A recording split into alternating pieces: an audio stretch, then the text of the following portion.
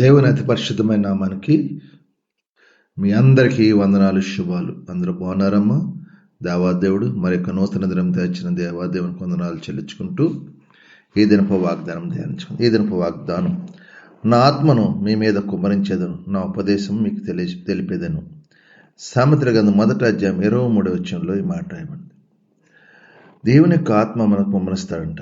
దేవునికి అభిషేకం మన మీద ఉంటుంది. దేవుని కృప మన పడినప్పుడేగా ఆయన ఉపదేశం ఏదైతే దేవుడు మనకు చెప్తున్నాడో ఏది దాన్ని బట్టి నడుచుకునేలా చేస్తాడు దేవుడు. ఆ ఆత్మ, దేవుని యొక్క ఆత్మ, దేవుని యొక్క అభిషేకం మన ఉపదేశం మాటకు లోబడతాం, ఆ వాక్యానుసారం జీవితం జీవిస్తామని ఆయన చెప్తున్నాడు దేవాదేవుడు. కాబట్టి ఇదేనన్న దేవుని యొక్క ఆత్మ ఎవరి మీద ఉంటుందో బిడ్డలందరికీ ఆయన ఉపదేశం మీద, ఆయన వాక్యానుసారం జీవితం జీవిస్తారు, ఆయన చిత్తం నెరవేరుతారు. ఆయన యొక్క దేవుళ్ళు ఆశీర్వాదం మనం పొందుకున్నాం. కాబట్టి నా గద్దెం విని తిరుగుడి, ఆయన గద్దెస్తూ ఉంటాడు. ఒక్కోసారి ఆయన వైపు తిరగాలి. మనం తిరిగినప్పుడు ఆయన ఆత్మ మన మీద కుమ్మరించబడినప్పుడు ఉపదేశం ఆయన మీకు తెలియజేస్తాను. ఆ ఉపదేశం ప్రకారం నడిస్తే నువ్వు వెళ్ళిన ప్రతి చోట దేవునికరంగా, ఆశీర్వాదం, సంతోషకరంగా ఉండే కృప దేవుడు దయచేయను గాక. కాబట్టి వాగ్దానం సహోదరుడ సహోదరి, దేవుని యొక్క ఆత్మ, దేవుని యొక్క అభిషేకం మీ మీద ఉంచినప్పుడు, దేవుని యొక్క ఉపదేశం విన్నప్పుడు నీ జీవితంలో అనేకమైన ఆశ్చర్య అద్భుతాలు జరిగిస్తావు. నువ్వు వెళ్ళే ప్రతి పనిలో జయాన్ని, విజయాన్ని, కుటుంబంలో సంతోషిస్తాడు.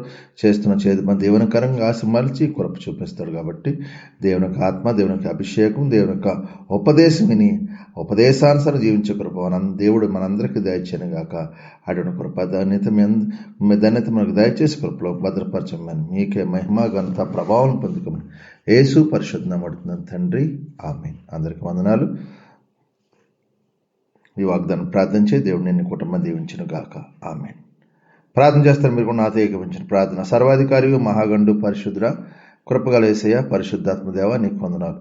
మరొక నూతన దినం దయచేసి ఈ దినమంతా నీ రెక్కల చాటును భద్రపరచండి, కాచుక మీ చేసే పనితో దేవునికరంగా ఆశీర్వాదకరం ఉండే కృప దయచి మా పనుల భారం ఒత్తిడి తెచ్చండి.